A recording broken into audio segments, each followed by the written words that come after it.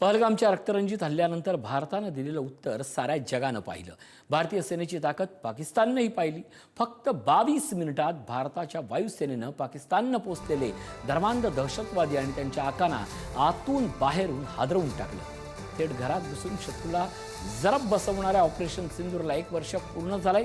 दिल्लीतील वॉर रूममध्ये रणनीती आखली गेली, टार्गेट्स लॉक झाले आणि 7 मेच्या मध्यरात्रीनंतर भारतीय सैन्यानं सुरू केलं ऑपरेशन सिंदूर।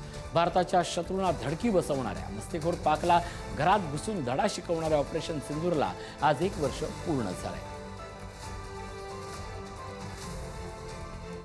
ऑपरेशन सिंदूरला 1 वर्ष पूर्ण झालंय। दरम्यान ऑपरेशन सिंदूरमध्ये दहशतवादी तळांवर पहिला हल्ला ज्यावेळी झाला त्याचवेळी म्हणजेच मध्यरात्री 1:05 सुमारास एक व्हिडिओ भारतीय सैन्यानं त्यांच्या अनेक अकाउंटवरून पोस्ट केला।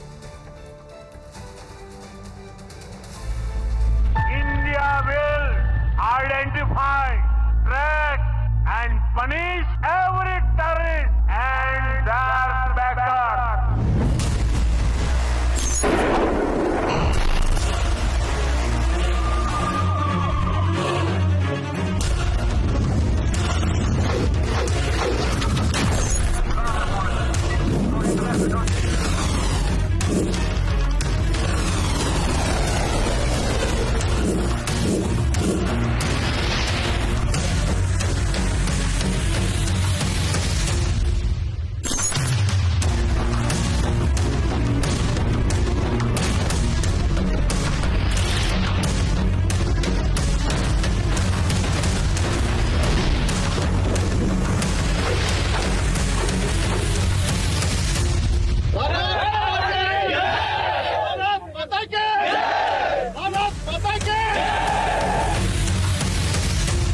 टेरर और टॉप एक साथ नहीं हो सकते।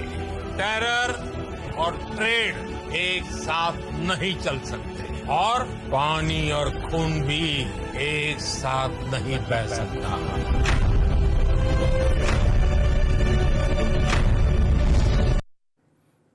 याच संदर्भात एक मोठी बातमी येते। पंतप्रधान नरेंद्र मोदींनी आपला ट्विटरचा डीपी बदललाय। पंतप्रधान मोदींनी ऑपरेशन सिंदूरचं चित्र असणारा डीपी ठेवला आहे। आज ऑपरेशन सिंदूरच्या मोहिमेला 1 वर्ष पूर्ण झालं। संपूर्ण देशभरात ऑपरेशन सिंदूरच्या स्मृती जागवल्या जात असताना पंतप्रधान नरेंद्र मोदी यांनी ऑपरेशन सिंदूरचा फोटो असणारा डीपी ठेवला आहे।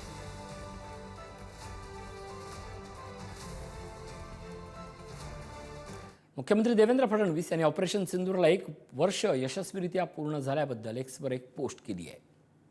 ऑपरेशन सिंदूर भारतीय सैन्य दलाकडून पाकिस्तानमधील दहशतवाद्यांचे 9 अड्डे उद्ध्वस्त करून पहलगाम येथे भारतीय भगिनींच्या कपडावरील कुंकू पुसणाऱ्या भ्याड दहशतवादी हल्ल्याला सशस्त्र प्रत्युत्तर देणारा दिवस।